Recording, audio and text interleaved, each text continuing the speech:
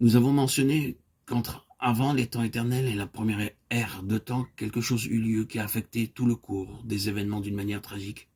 La Bible a beaucoup à dire à cet égard, mais Paul, dans ses 3 dernières épîtres, en excluant celles à Timothée, à Tite et à Philémon, accorde à cet événement une place et un sens très fort.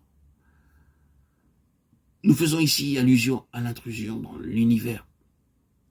Quant à l'épître particulière dont nous sommes occupés, l'épître aux Éphésiens, il y a donc 3 allusions à cette interruption cosmique. La première, et c'est un facteur suprême dans l'importance de Christ, se trouve dans une expression très brève. Le contexte plus complet est le suivant, chapitre 1, 9, 10.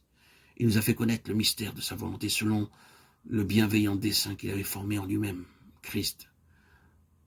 Pour le mettre à exécution lorsque les temps seraient accomplis de réunir toutes choses en Christ, celles qui sont dans les cieux et celles qui sont sur la terre, la clause dont nous avons besoin est réunir toutes choses en Christ. Le mot réunir, un long mot composé grec, signifie ramener et rassembler autour d'un point principal, c'est-à-dire en Christ. Il s'agit de rassembler toutes choses. Dans l'épître sœur, celle aux Colossiens, Paul dit « Car en lui ont été créées toutes les choses qui sont dans les cieux et sur la terre » 1,16. Ceci signifie qu'à l'origine, toute chose se trouvait dans le Fils de Dieu. Et s'il fut nécessaire de préciser que dans la plénitude des temps, toute chose serait rassemblée ou ramenée et réintroduite en lui, cela signifie clairement que quelque chose s'est produit en vue de saisir les choses et de les lui enlever ou de les éloigner de lui. Oh, que de choses il y a qui indiquent cela. Jésus a dit qu'il était venu chercher à sauver ce qui était perdu.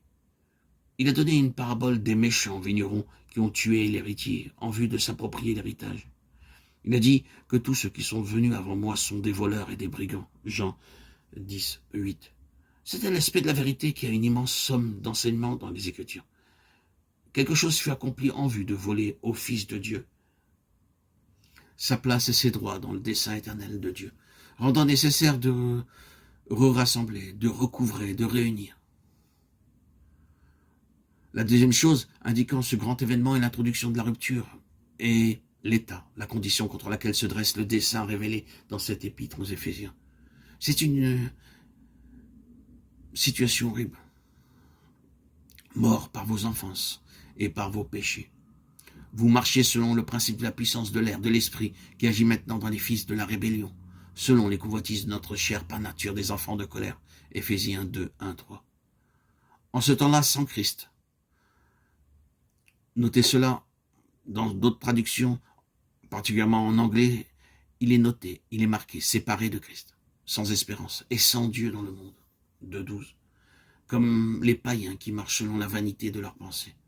Ils ont l'intelligence obscurcie, ils sont étrangers à la vie de Dieu, ayant perdu tout sentiment, livrés au dérèglement, pour commettre toute espèce d'impureté. 4, 17, 19.